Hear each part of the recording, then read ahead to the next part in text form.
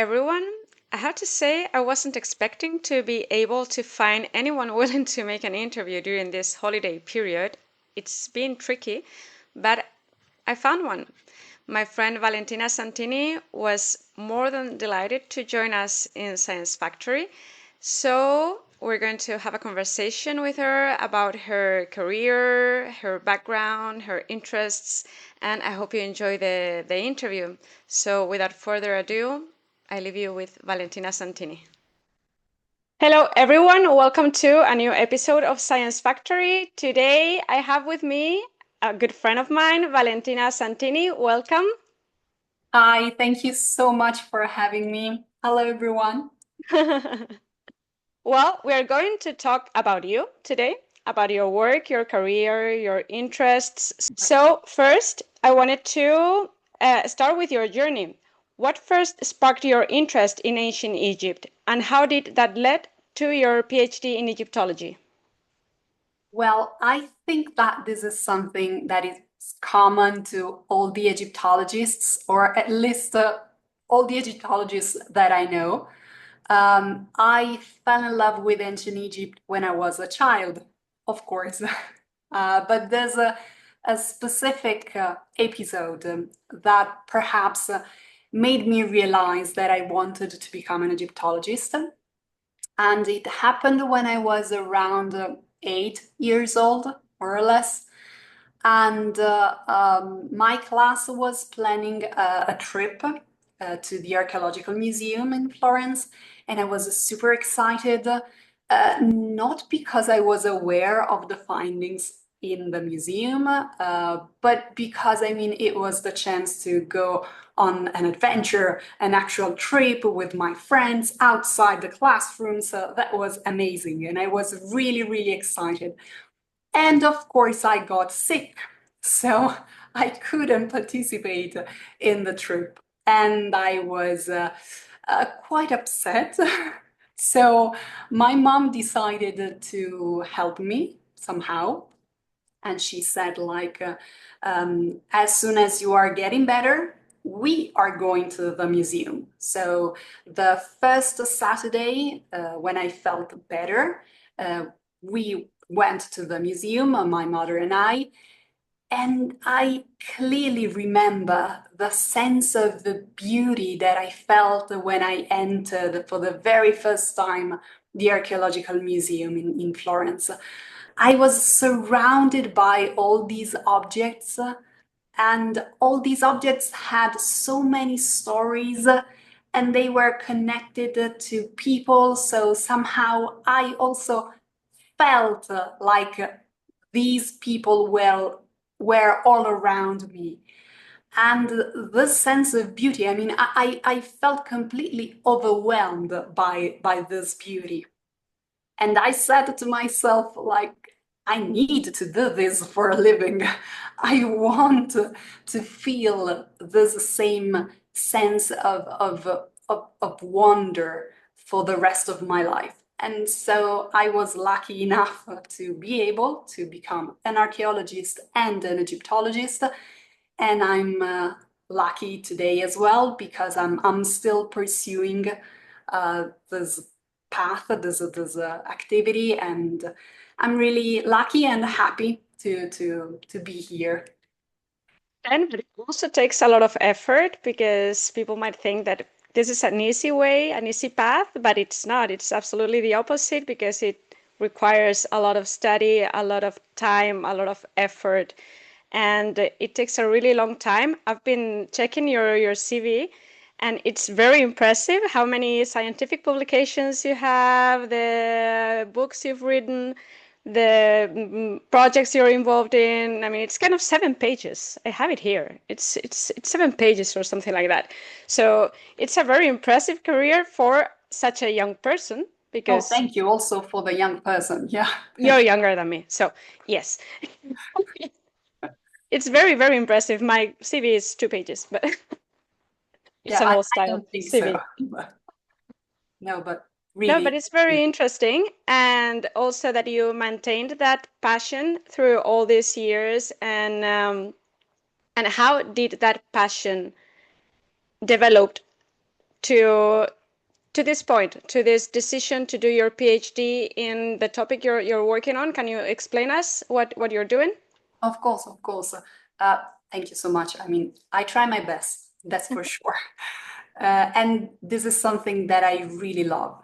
It's something that I really like doing. So I know that I'm lucky, and that is the reason why I'm able to, or at least I try to do as many things as possible that are related to ancient Egypt because I really enjoy doing them. I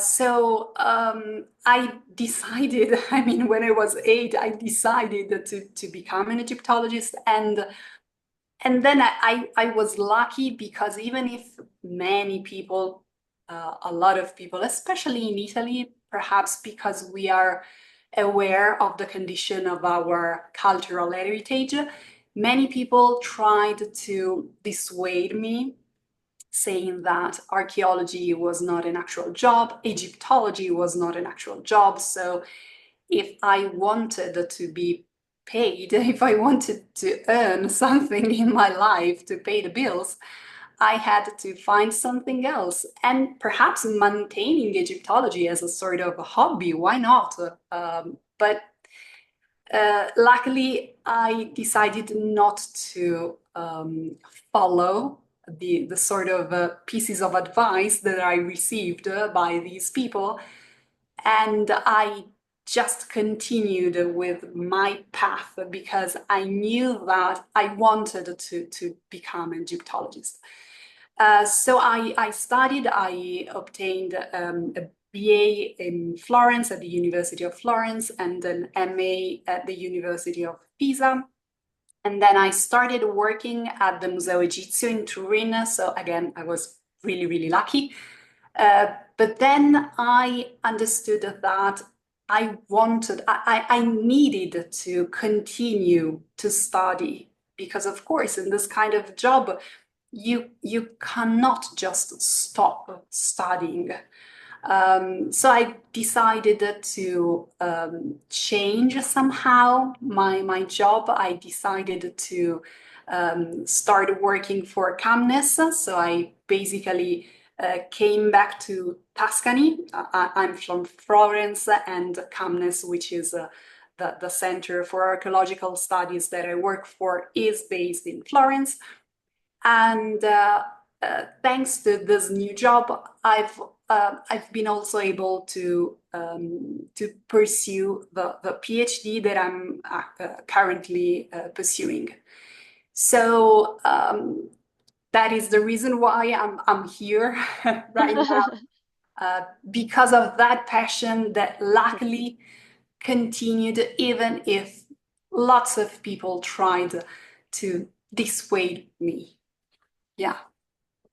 Research focuses on New Kingdom bereavement scenes from a psychological and anthropological perspective.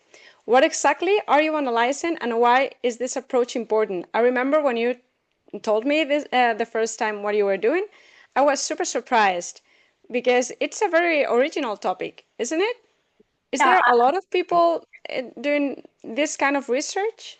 no, not so many. I mean, some aspects that I'm considering, yes, of course, have been already analyzed, carried out in Egyptology, absolutely. But the core of the subject, I believe, is pretty new. So basically, I'm focusing on gestures and poses as they are represented in bereavement scenes, in New Kingdom bereavement scenes. I'm focusing on New Kingdom. And I'm comparing those gestures, those poses to actual human reactions to loss and death as they are claimed by psychology and anthropology. So I'm basically looking at those gestures from the standpoint of psychology and anthropology. And I know that this approach might appear a bit controversial, at least because I'm basically applying modern disciplines, or at least disciplines that are focused on modern cultures. to an ancient culture. But there are, in fact, some elements to consider. For instance, the fact that the element which is at the base of this research is grief, and as claimed by psychology and anthropology, grief is in fact a universal and atemporal condition. Even if grieving expressions might differ from society to society, from individual to individual, grief itself, grief as a condition, or as claimed by some scholars as a sort of a feeling, is something that is common to humankind. So it is not something specifically related to a determined culture or a determined time frame. It is something that is common to us because we are human beings. And so that is the reason why there are, in fact, some contact points between these gestures, the iconography of these gestures in ancient Egypt, and actual human reactions to death. And of course, I'm an Egyptologist, so for this kind of research, I need to rely on a series of psychologists, and they are helping me a lot, especially Antonio Auricchio, and I would like to thank him so much for the help and advice that he always gives me. But yeah, I mean, I know that this approach is quite unusual, at least, but that is the reason why I'm doing that. Even if it might look like a bit controversial, there are some logical reasons at the base of this research. These bereavement scenes reveal about ancient Egyptian emotions, particularly around death and mourning. Do you think they were more expressive than we often imagine? That's a wonderful question, and that is one of the questions that I'm trying to answer with this project. A thing that I need to highlight is the fact that with this project, with this research project, I'm not questioning the symbolism which is related to these images, to these poses. I know that the vast majority of these gestures, perhaps the totality of these gestures, carry crucial symbolic meanings. So I'm not questioning the symbolic value which is associated to these gestures. What I'm wondering is if at the origin of these gestures, there might have been some psychological urge, some psychological reason that made those specific gestures symbolic rather than any others. So I know that it is quite difficult, perhaps impossible, to describe emotions and feelings when we talk about an ancient culture, because we are talking about people who lived in a completely different environment with a completely different set of beliefs. But at the same time, there are some sort of biological responses to the world, which are the same for all human beings. I don't know, for instance, if you are tired, you sleep. If you are happy, you smile. If you are sad, you cry. This kind of biological elements that are common to humankind. And again, they are not strictly related only to a culture, to a determined culture, or only to a specific time frame, a specific period. So yeah, again, grief, due to the fact that it might be considered universal and atemporal, can be used as a sort of these biological responses. And thanks to this fact, thanks to the studies that have been carried out by psychology and anthropology on grief, death, loss, perhaps it is also possible to understand, or at least to have a different perspective on how ancient Egyptian really used to deal with death and loss. Huge thing, but your approach is so abstract that still I'm trying to grasp the idea because it's really difficult. It's a completely different approach to the funerary culture of ancient Egypt because we are very used to study the tombs, the architecture, the art, everything. But your approach is a completely different thing, and that's why that's one of the reasons why it's so interesting and so original. Thank you. And going to talking about your job, you're working for CAMNES, is said, and you're also responsible for communication there. What role does public engagement play in your work as an Egyptologist? Yeah, a very important role, absolutely. I mean, with CAMNES, we manage different aspects of archaeology. Of course, excavations, publications, conferences, lectures, stuff like this, but also the so-called public archaeology, which unfortunately is something that is quite neglected by academia, especially here in Italy. Um, but actually, I strongly believe that public archaeology, therefore the dissemination of scientific contents to the wider public, is something crucial, is something really important in archaeology. So a great part of my job is related to this.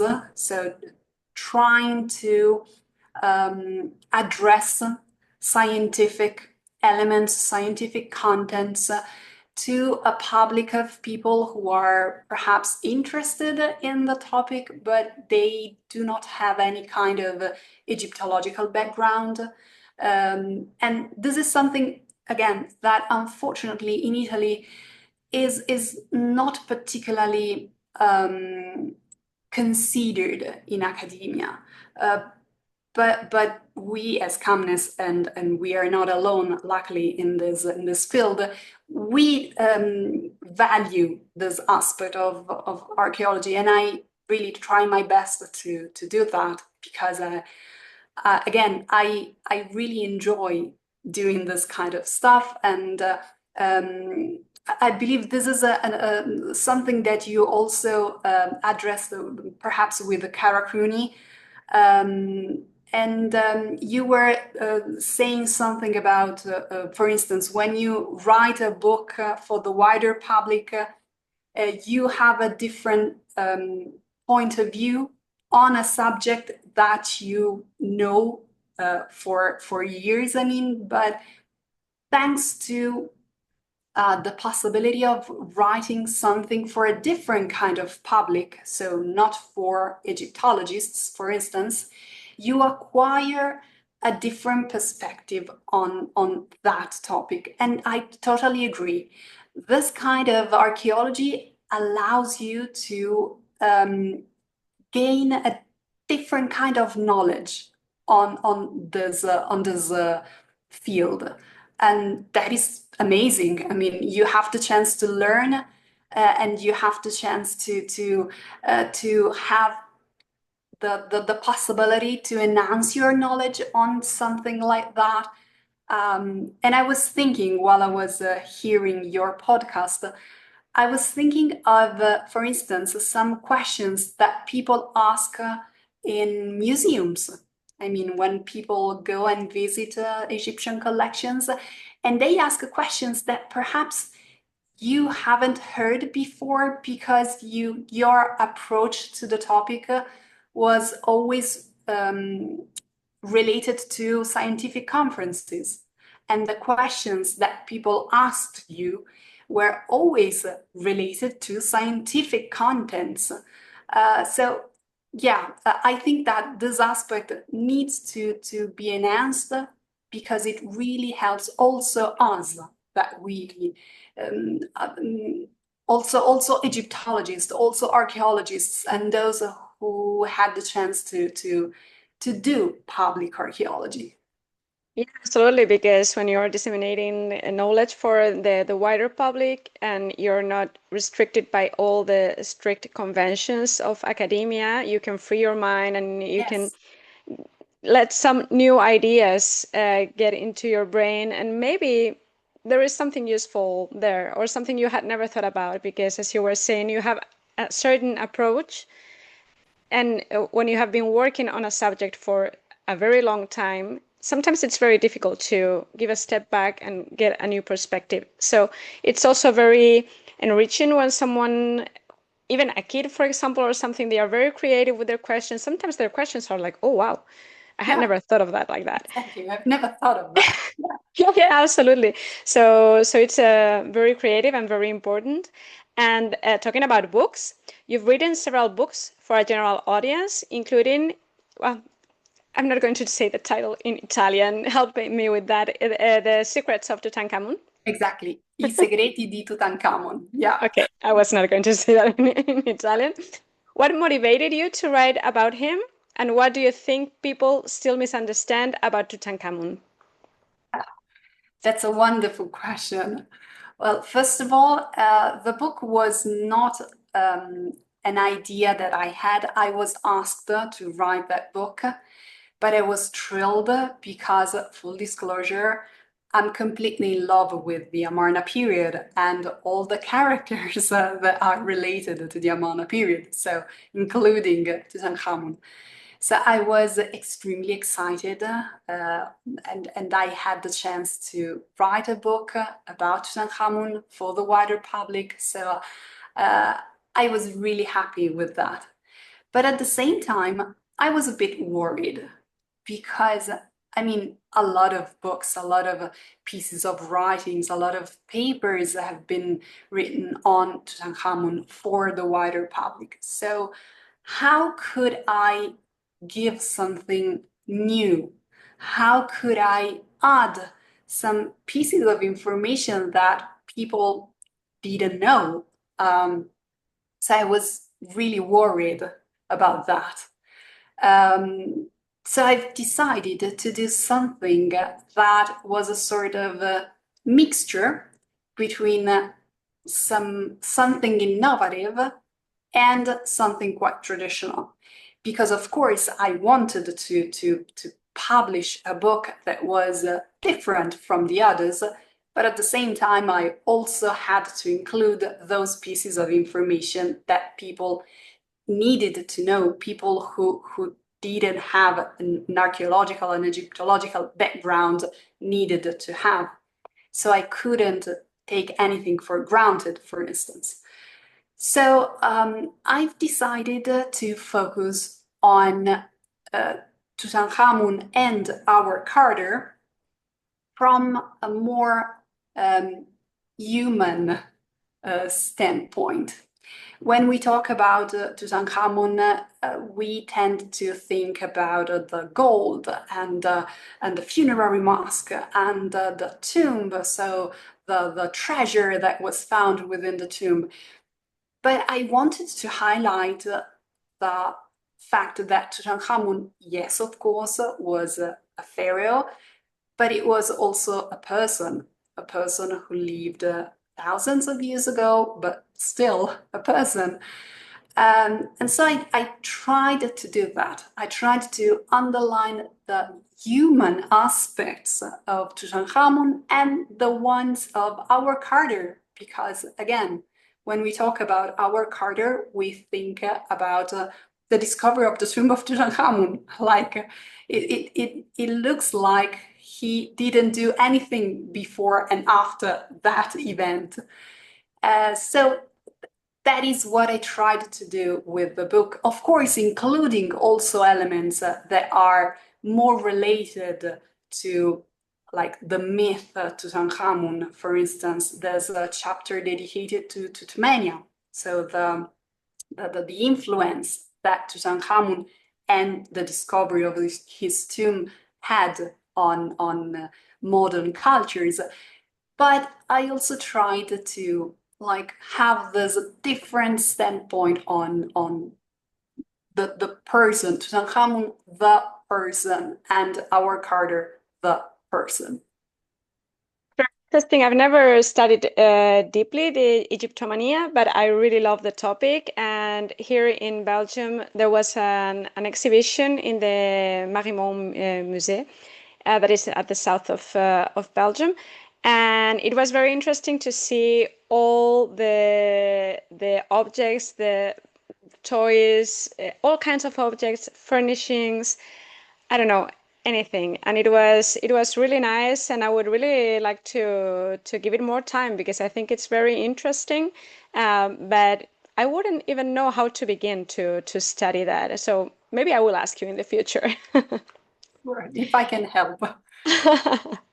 So, talking about this, you are part of the Egypop project. No, Egypopcult project. I did it better before.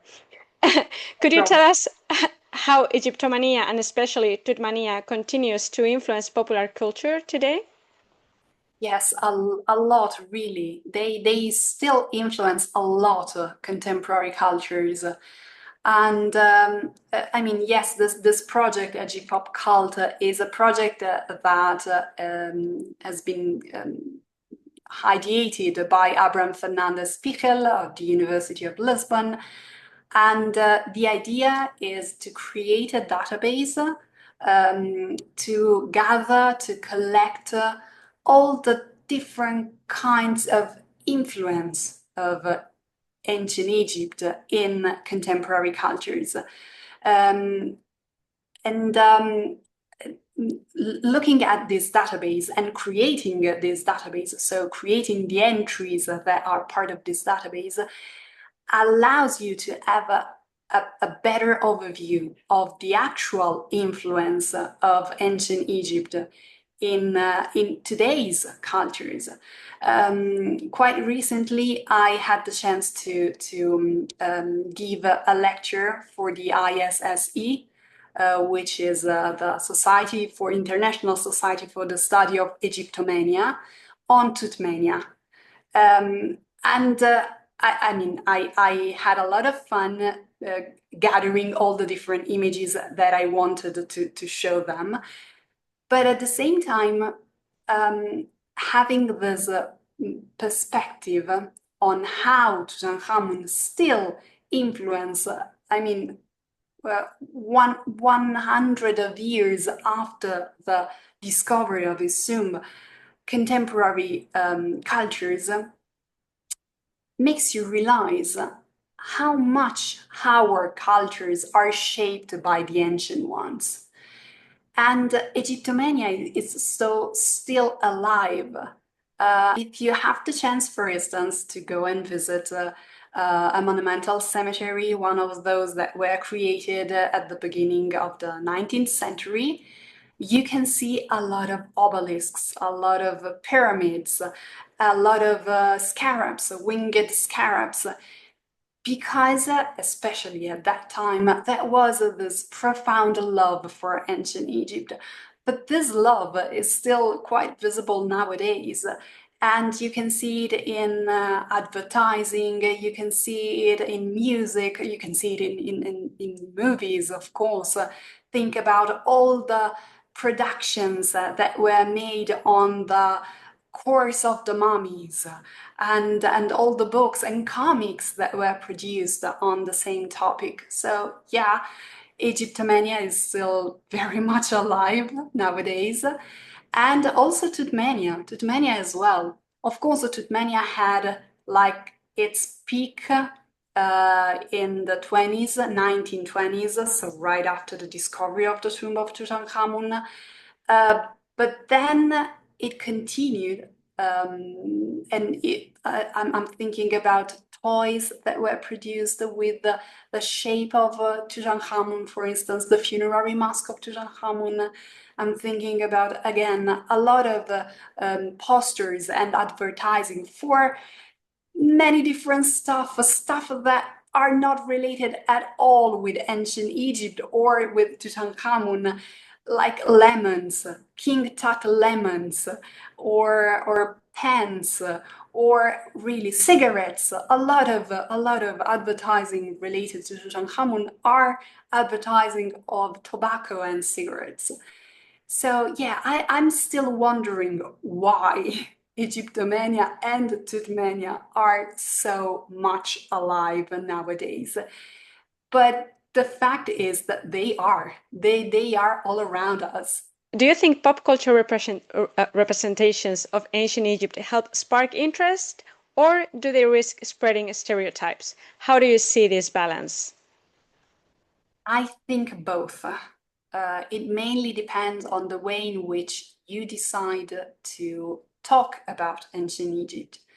So there are some elements that are associated with Egyptomania, which are absolutely fine, and they just have to increase the interest in ancient Egypt, in ancient cultures, and that is absolutely fine. That is extremely good for Egyptological studies as well.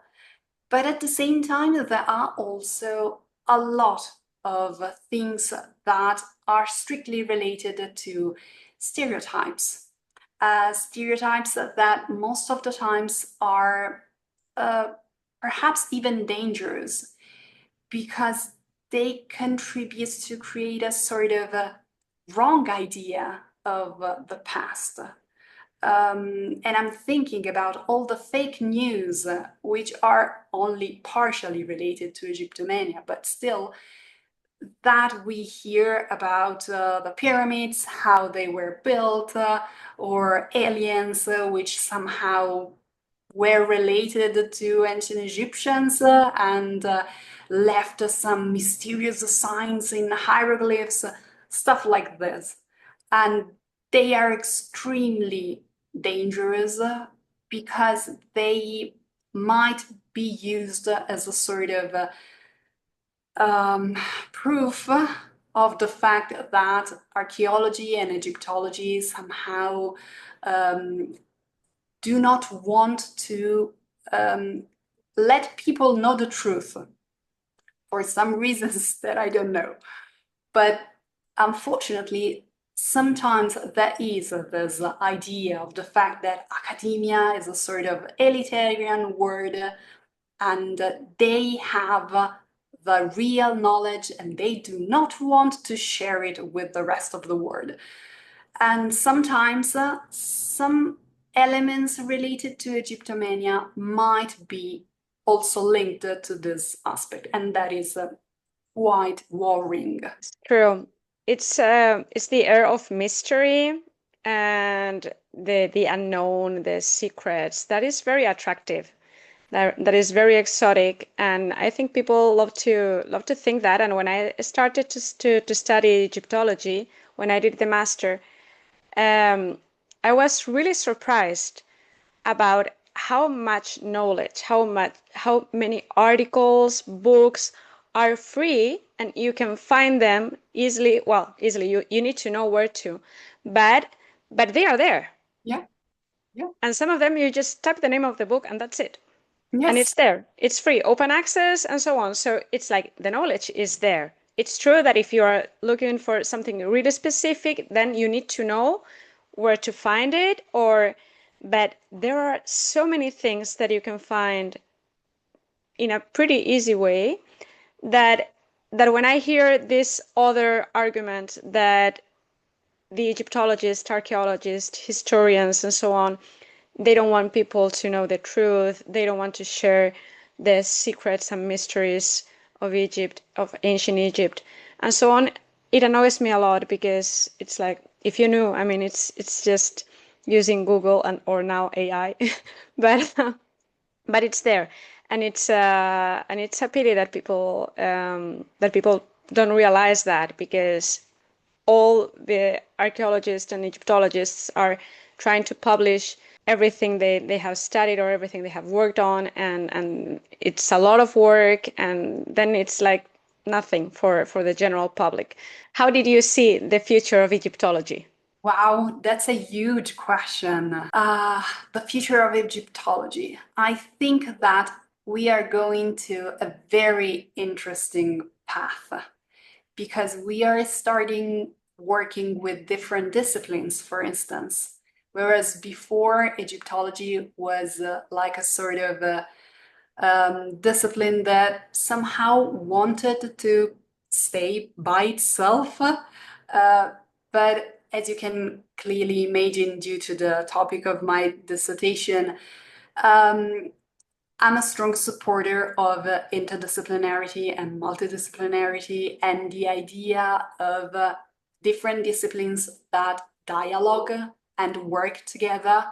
So I'm really happy that now Egyptology is starting to consider the possibility that other disciplines might help Egyptology itself to have a better view, a better overview on a topic to better understand deeply a subject.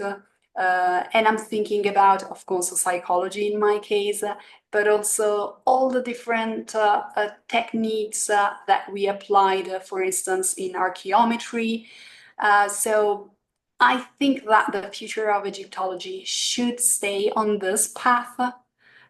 So Egyptology not by itself, but with so many other disciplines together in order to learn more on so many different aspects that we still are working on. And I mean, we have so many unsolved questions that might find a solution if we decide to work together close with other scholars, so scholars that belong to other disciplines. So I hope that this will be the future of Egyptology and of different disciplines as well, of course. It's like the difference between working on your own, that you can get the job done maybe, but it's not so enriching as when you're working alongside a team and you get different feedbacks and perspectives. And for me, it's much nicer. It's how I work. And what are your future projects? Do you have any interesting projects ahead? Yeah, we are working on the proceedings of a workshop that we organized last year on sacredness at Deir el-Medina. So we are publishing these proceedings. So fingers crossed. I mean, during summer they will be printed. And then, of course, I'm continuing with my PhD and with the Egipopcult project. And I also have courses, events, and lectures, both related to my main job with CAMNES and this dissemination that we mentioned before. And I'm also trying to write a book on Egyptomania for the wider public. So we will see. Please do, please do. I will buy it. And please translate it into English. Yeah, sure, sure. Yeah, so we'll see. Well, it looks like you have your hands full. We wish you the best of luck with everything, with your PhD, with your upcoming projects, and so on. And we hope to see you soon in the future so you can tell us how all these projects are progressing. Thank you so much, really. It was an honor and really, thank you. Thank you very much for coming.